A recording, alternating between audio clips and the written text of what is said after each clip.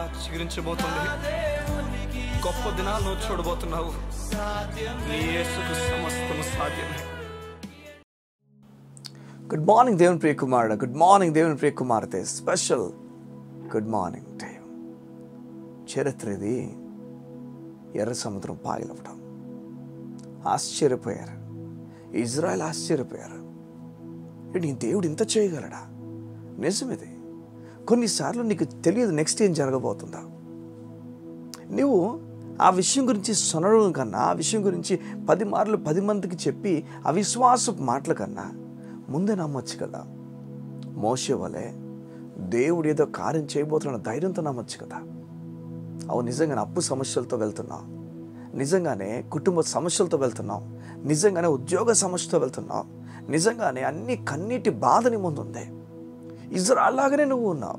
Israel లాంటి పరిస్థితినే నువ్వు ఎదుర్కొంటున్నావు. Israel లాంటి జీవితమే నువ్వు కలిగి ఉన్నావు. ఆ విశ్వాసంతో మాట్లాడతావా, లేదా అబ్రాహాములాగా మోషేలా విశ్వాసంతో మాట్లాడతావా? మోషే విశ్వాసంతో మాట్లాడుతున్నాడు.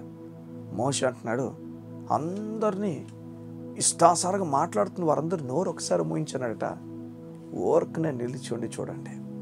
ఓర్కని అంటున్నప్పుడు మాటలు ఆపండి, ఇంకా మాట్లాడడం ఆపండి. ఈరోజు దేవుడు అదే మాట మాట్లాడుతున్నాడు.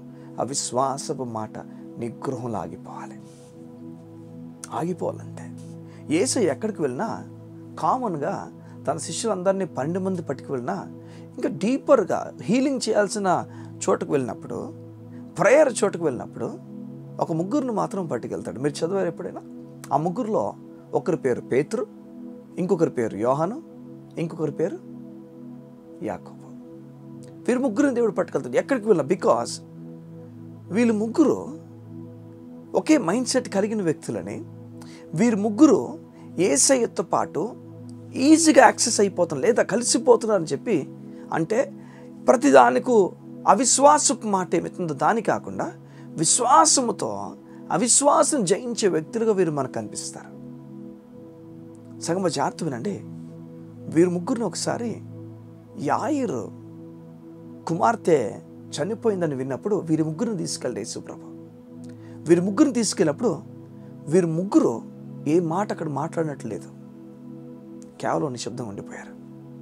వీళ్ళు ఎలాంటి వారంటే యేసు ఏం చేస్తున్నాడో దాన్ని జాగ్రత్తగా గమనిస్తూ విశ్వాసాన్ని పెంచుకుంటున్న వాళ్ళు, ఆసక్తి కలిగిన వాళ్ళు. ఈరోజు అవిశ్వాసం ఏం చేస్తుందంటే డిస్టర్బ్ చేసేస్తుంది. అదే యాయిరు కుమార్తె చనిపోయిన టైంలో యేసు వెళ్ళినప్పుడు అక్కడ వారి కుటుంబం అంత ఉంది. వారు ఏం మాట్లాడుకుంటారు చెప్పండి? ఈమె చచ్చిపోయిందని చెప్పి బైబిల్ చెప్తే అక్కడ డప్పులు కూడా వాయించడం స్టార్ట్ చేస్తారంట. ఆల్రెడీ అక్కడ మ్యూజిక్ స్టార్ట్ చేశారంట. ఏం మ్యూజిక్ అంటే ఫ్యూనరల్ మ్యూజిక్ స్టార్ట్ చేస్తారు. ఇక చచ్చిపోయింది, ఈమె తీసుకెళ్ళి పాతి పెట్టేయాలి. ఆ డిస్టర్బెన్స్ అంతటిని కూడా యేసయ్య క్లియర్ చేసేసాడు. ఇదే పేతురు నేర్చుకున్నాడు. ఒక సమయంలో తబితను ఒక ఆమె చనిపోతే ఆ మేడ మీదకి వెళ్ళి అక్కడ చాలామంది చెప్తున్నట్టు ఈమె ఇంత బాగా ప్రేమించేది, ఇంత బాగా కుట్టేది, ఇంత మంచిదని చెప్తున్నంటే ఆమె చుట్టూ వారందరినీ కూడా ఆయన బయట పంపించేసి ఈయన ఒక్కడే దేవుని వైపు తిరిగి ప్రార్థన చేసి ఆయన వైపు తిరిగి పిలిచాడని చెప్పి లేఖనాలు చెప్తున్నాయి. అవిశ్వాసపు స్థితి నీ కుటుంబం నుంచి వెలుపలికి వెళ్ళిపోవాలి. విశ్వాసపు మాట మాట్లాడాలి. మీకు చెప్పను ఒక మాట, మీకు ఒకవేళ బిడ్డ ఉండి వాడు స్కూల్లో మీరు జాయిన్ చేయడం మీకు ఇష్టం ఉంటుంది, లేదంటే 100% ఇష్టం ఉంటుంది. వాడికి మీరు మంచి ఆరోగ్యకరమైన భోజనం పెట్టాలంటే అవును సార్ ఖచ్చితంగా పెడతామని చెప్పి మీరు చెప్తారు. అలాగనే మీ స్తోమత ప్రకారం మీరు చేస్తున్నప్పుడు దేవుడు సామర్థ్యం ప్రకారము దేవుడు ఎర్ర సముద్రం పాయలు చేయగలడు మీ గురించి, ఎరుకు కోల్చగలడు మీ గురించి, అసాధ్యమైన వాటిని సాధ్యపరచగలడు మన దేవుడి మీదట అని ఏం కోరుతున్నాడో తెలుసా? ఆ విశ్వాసపు మాటను పక్కన పెట్టి ఓర్కనే నిలిచి ఉండు వ్యక్తులు చూస్తున్నాడు.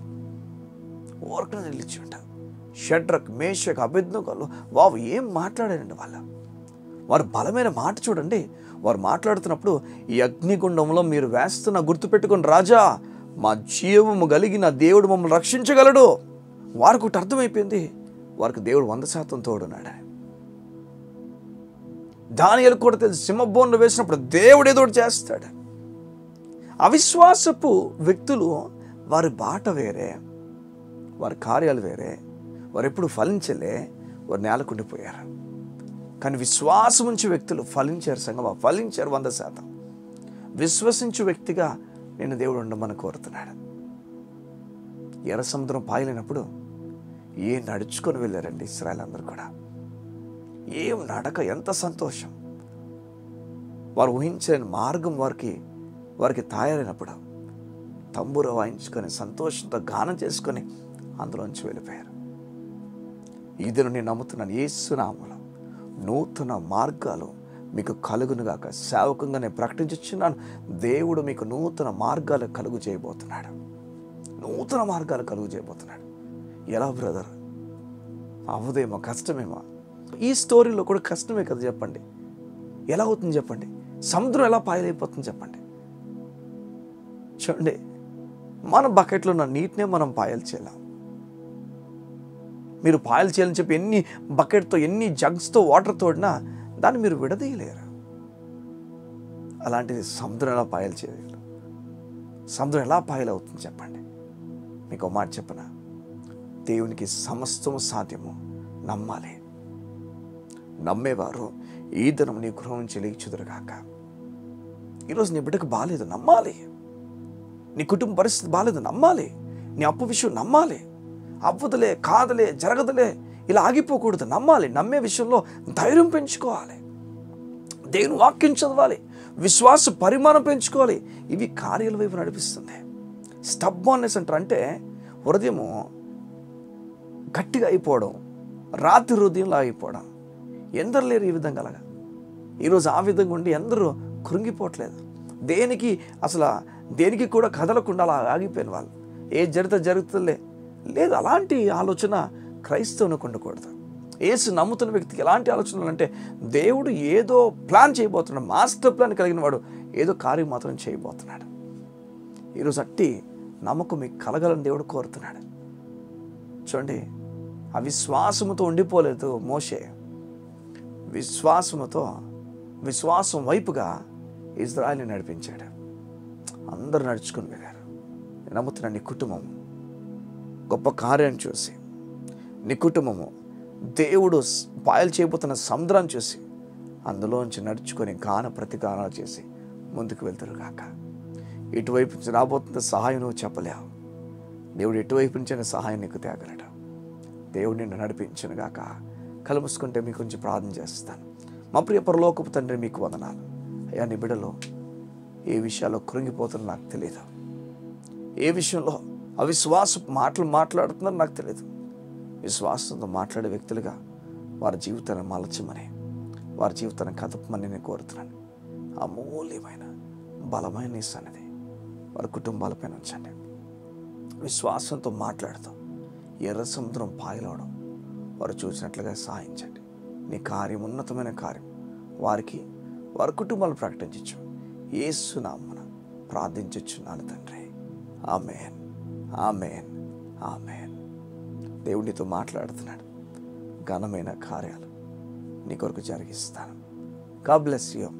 See you tomorrow.